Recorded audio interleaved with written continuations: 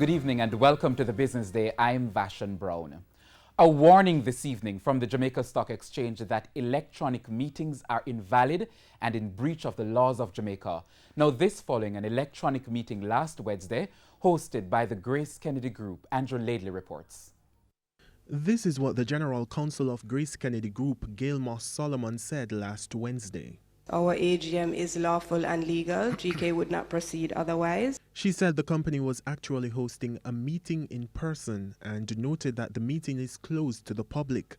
Aside from that, the GK General Counsel maintained that the articles which govern the company's AGMs allow for that type of arrangement. What I would say also is that Grace Kennedy is unique in that our quorum is only 3 persons, which is very unusual for a listed company. And so that distinguishes us from many other companies who have quorums of 15, 20, even 30 for their AGMs. And so they unfortunately are not able to proceed, or else they would be in breach of the DRM orders. But the Jamaica Stock Exchange is challenging the legality of the meeting. In a release, the JSE says Grace Kennedy's meeting was in breach of some of the guidelines set by the Companies Office of Jamaica. In addition, the regulator says stakeholders have been complaining about the electronic meeting.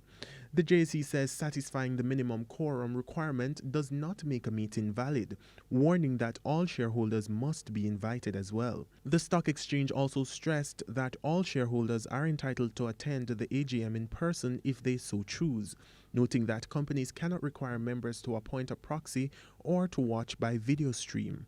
In addition, shareholders are also entitled to vote and ask questions at the AGM.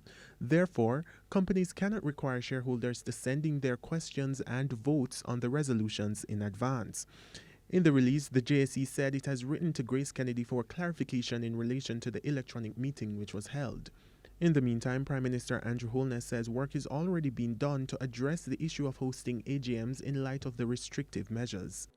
Considering the challenges that companies are having now in terms of having their AGMs, which they are required to do by law, the Ministry of Industry, Commerce, Agriculture and Fisheries is currently reviewing the legislative framework to address this situation expeditiously. Andrew Laidley, TVJ News. Licensed Canadian ganja producers are leaving Jamaica due in part to stalled government decisions on export licenses.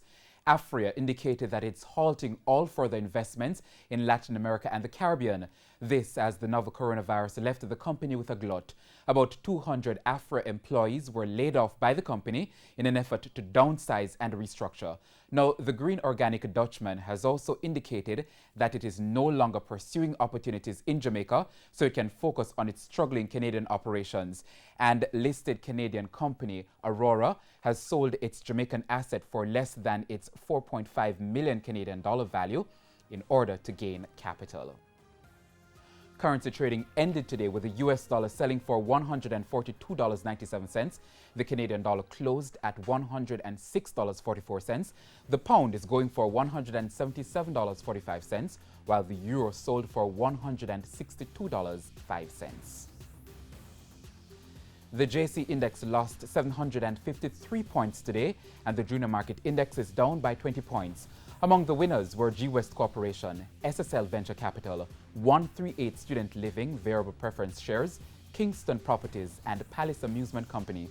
On the losing side were Epley Caribbean Property Funds, SCC, Caribbean Cream, T-Tech, Mayberry Investments, and iCreate. And that's the Business Day. I'm Vashan Brown. Good evening.